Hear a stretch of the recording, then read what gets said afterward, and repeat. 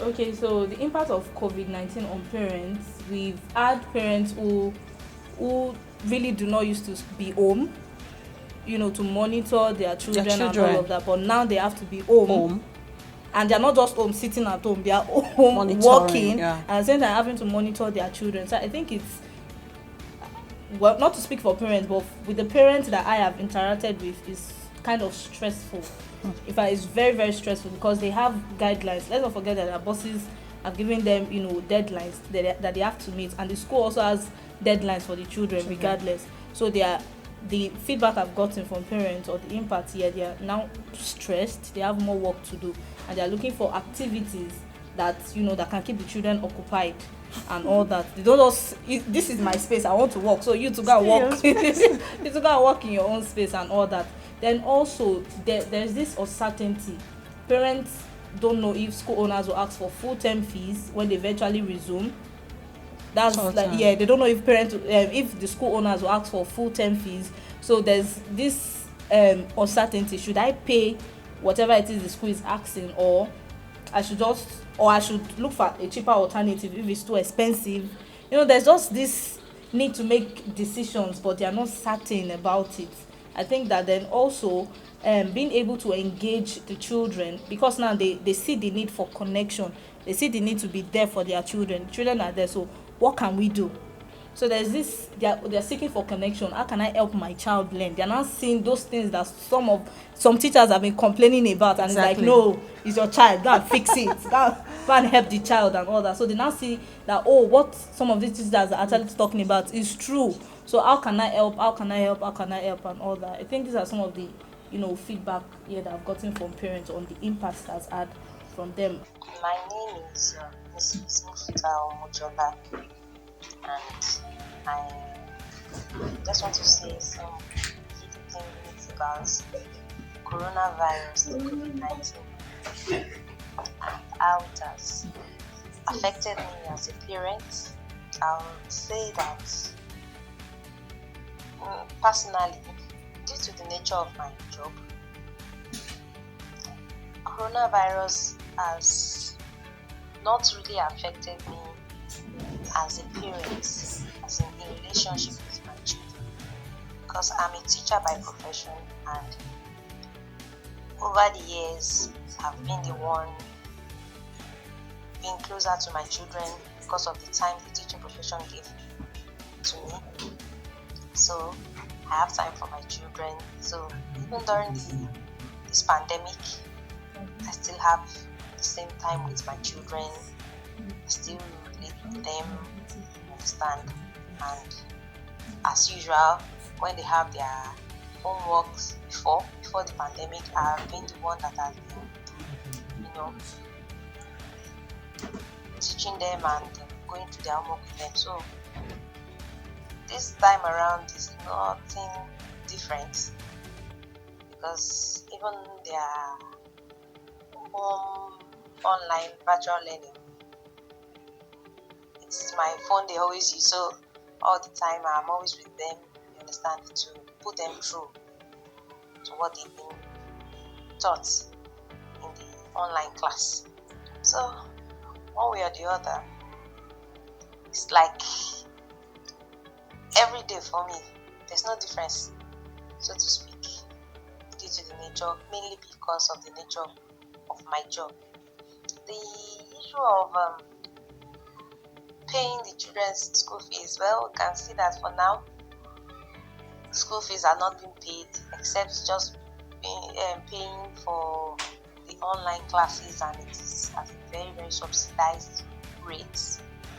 So the little money I have with my husband, because we have been able to pay for the online classes, and I pray that we continue to be able to pay it, despite the fact that although this lockdown has been lifted, so to speak, but the nature of my job and my husband's job is we're into the teaching profession, and everybody's at schools are still shut down. So to be receiving salaries and all that might be challenging in order to pay the fees of these children.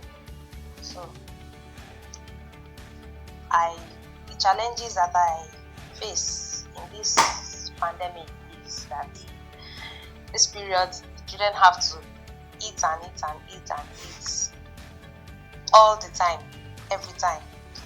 You understand? So I have to just stand up to get them something to eat every 1 hour. So they keep running and saying they're hungry. You understand? And then they may not allow me to have my peace. The noise all about, you understand? So except I caution them that I want to rest, and yes, they take to it and go play on their own. Above all, I think it's been fun because closer to the children, stay longer hours together, unlike when it was school period that we have to just rush and shout, oh, let's be fast and everything. So everything seems okay. We wake at our own pace, do everything at our own pace, and so far so good. Time spent with the children has been worthwhile, engaging in baking, crafts, and so on. No, we just talked about parents that actually have this access. What of those that don't have this? That's true. Like the average Nigerian parent, the average Nigerian woman whose office is not in the office, like we know office to be Markets. Who is at the market, who is helping people, in their houses and all that. The reality is different. They don't have all of these gadgets that they can help their children with. They are also like, one. Yeah, they don't know what to do. They are like, okay, so my child is at home. What next? What is the government going to do? And all that. Let's not forget that these people also pay some sort of tax in their place of work. So all of this money that they get from them and all that, they're just looking for help, basically. They're also looking for help. Yeah, so I only spoke about parents who have access to technology. So I have our parents who do not know what technology really is, and they have children in schools. So they are seeking for help. Because actually, I know of some parents that sent out their children for lessons. In this I know of some pandemic. Yeah. Yes. Wow. That's. So if we've had parents call any of us, personally, I've had parents. Not just parents. Count the S. Call me, and I appreciate the call. I appreciate your calls, honestly. Yeah, so I've had parents call me like, okay, Miss Abigail, this is going on. How can I help? Come and carry your child. This is that. Come and carry your child. Yes, now we all born them. now they see me as a parent, and I appreciate that. I appreciate that basically. Yeah, so I've had them call like, okay, so what should we do? How can I keep my child occupied? I need to work. And some of them are like, okay, so can you come over? And obviously I can't come over because we have to consider safety of everybody involved and all that. So yeah, I've had parents call. So what I try to let them understand is you have to, first of all, yourself as a parent, you have to find, how do I put it now? You have to accept that this is it. You understand? And you have to be exactly. It is what it is. It is what it is. And you have to like mentally stable, because if you are not, you can't pour from an empty cup. If you have not filled yourself like, okay, so this is it, I'm going to face this regardless, and I'm going to ask for every kind of help that I need. So if you are not there, then you can't be there for your children. That's basically. So that's the first thing I tell them. I'm like, so you're not telling me what to do with my child. What I want to do with you is what I'm telling you right now. You have to be mentally stable for yourself and also for the child. So after we are done with that, then we'll now look for activities. So how about you sit your child down, if they are children who are very vocal, even if they are not vocal, like involve them in every activity it is you want to do. And parents, we got to be wise. As much as we're involving our children, I will say, okay, so let's sit together, let's create a timetable that can help. Make sure that when they are occupied, you are also occupied. Yeah, so when they are occupied with all of these activities, you're also occupied, so that it's not like you are stopping your own clock for your child. Hi, my name is Koyejo Shofulue.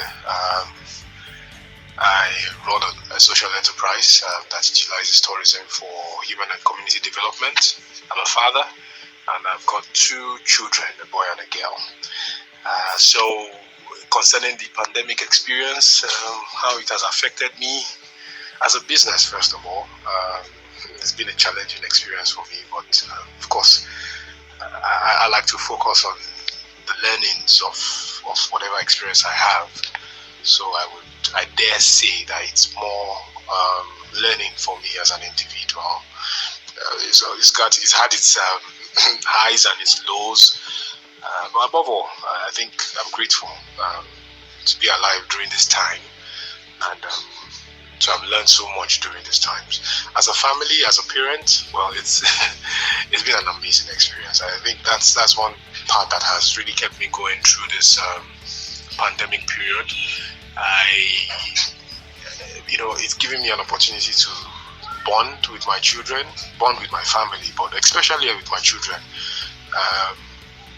Some of us never had the opportunity to learn what teaching is. So, with parenting, there's usually no guide or rule book.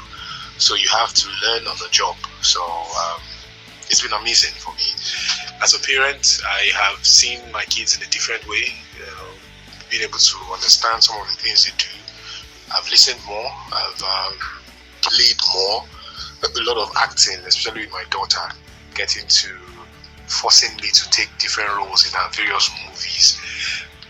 So yes, it's been fun. Now for school fees, I don't know how to start this aspect, but the school my kids attend at some point asked us to pay school fees, and for me, I think that's a bit of a I don't want to use the word inconsiderate, but it's I understand their challenges. Of course, they have to pay salaries and various commitments and things like that. But I mean, most businesses are shut down. I for instance, I run a business, and it became even a bit more challenging because I just started, considering the possibilities of running my business full time in February. So since then, till now, it's been a bit of a challenge trying to get business going and things like that. But aside that, I understand their challenge. It's a business entity, but the kids are not in school. So if you want me to pay school fees, what service are you rendering me, or what service are you offering me? Which takes us to the next point, which is virtual learning. The school was, they tried. They came up with a possible solution where people can learn from home and things like that. But you see, I feel the challenge that comes to play is the fact that parents are not teachers, and our aims and what we're trying to achieve at times might not be the same. A teacher wants to teach a child, a parent wants to raise a child. So yes, they both have similar roles, but it's not the same. And aside that, parents are not trained to be teachers. So teaching my 4-year-old child at ABC to understand certain things and principles, even keeping her engaged and concentrating while using the virtual platforms has been quite difficult. So what I've done is to try to adapt using internet sources, a lot of YouTube videos, try to engage her, keep her active. It's been tasking, I must say, but it's been fun. So it's I think for a school to ask for full school fees, which was what the school asked for, I think that would be quite inconsiderate. But aside that, I understand the fact that they have to run a business. So the other part of virtual learning that I have a concern with is it's trending, but it doesn't mean it's I don't think it's absolute. I don't think it's a one size fits all. Virtual learning, we should approach it with caution. It shouldn't be a total replacement. It can be part of the solution, considering the times we live in. But why I say this is that communities where there's no access to internet, so are we saying learning will not take place there? So our education must be more holistic in its approach. Anyway, I'm not really into education as a business, but what we do as a company, looks at offering solutions to education. So I think it makes a lot of sense to be more holistic in our approach to education. Now, so it's I think it's a challenge, especially when you look at it from the angle that internet is not cheap in Nigeria. Not all parents have access to the internet in terms of laptop, smartphones. So would we now say that those parents wouldn't be able to teach their children? And that's just my own view, my personal point of view. But besides that, I think the pandemic has been a wonderful experience. It's been an awesome experience. Would I look forward to having this kind of experience again? Well, I love adventure, so yeah, maybe better prepared though. But yeah, so so that's it. That's me, Koyi Joshua Follow. I think I've gone past the required time. Thank you very much. We might say, oh, okay, so how about the parents that don't know how to and all of that? There are countries who have done this before that we can easily adapt what they are doing. Okay, take for instance now, each gadget that a child has that's been given to a child based on the data the government has, about the child. You give the child the gadget already has pre-recorded videos of lessons by the teachers. That means that the teachers also need to be able to know how many public school teachers know how to use something as basic as a smartphone to record their videos, know how to use computers to record their videos. We also have to put that into consideration. The nursery primary school child, the gadgets might not be able to work, but for the secondary school, gadgets can work. Now for the nursery and primary, the Lagos State government already has this program they run. I've watched a few of them, and I have television, on TV and radio. I have my reservations about some of some of the programs anyways, but if they have, this goes back to data now. If they have database of all of these children,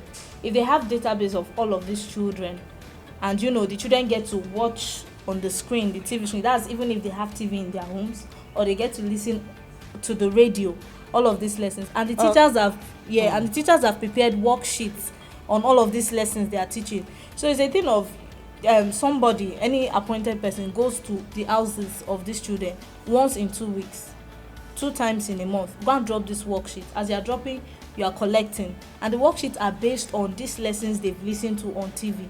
And the worksheets also, why do we give homework and assignment? Is to assess learning. So if they are watching TV, they are listening to radio and all of that, just like a particular state is doing, how are they able to assess what the children have been learning? Because it's not enough to just dish out knowledge. You have to be able to say, okay, so this is actually going to the right place. Not forgetting the children with special needs are also in the class. So how do we merge all of this together? So if the gadgets and everything will not work, and you said, oh, okay, so let's move to radio, let's move to TV, then it means you have to make radio available in every house. Lights. Let's even say like they are battery powered. The average parent can afford battery, right? How visible? If we don't start, we won't know. That's the thing. A particular state started Okmoimo, and it trended for a while. It was good for a while until we didn't hear about it.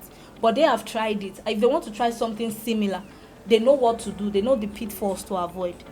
So we need to start something. It's not enough to say, oh, it won't work. We have to start. If it doesn't work, then we know we've tried something. Yeah. So if gadgets won't work because, we know how network issues is, or how network issues are, why don't we use the most basic radio?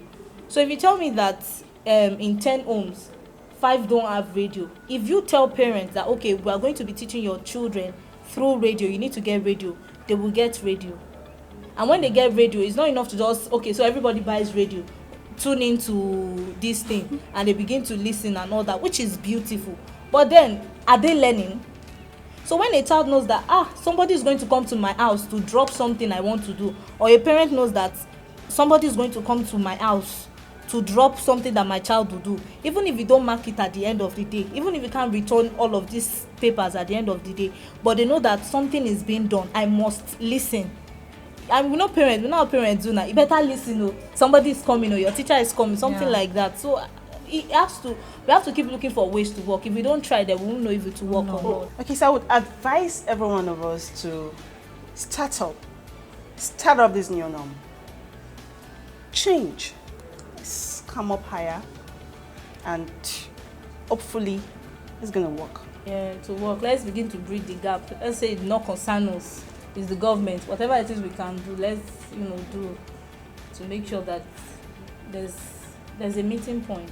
Yeah, so let's not give up. Let's keep trying until we find the one that works. Embrace change. Yeah, let's embrace change. Let's embrace change. Change is one thing that's constant in life. Yeah. Yeah, so we have come to the end of this episode of this session. Please do not forget to like, comment down below your thoughts, and subscribe. Don't forget to share. Subscribe and share. Thank you for listening. Yeah, thank you. Love you. Much. We love you guys. Bye. Stay safe out there.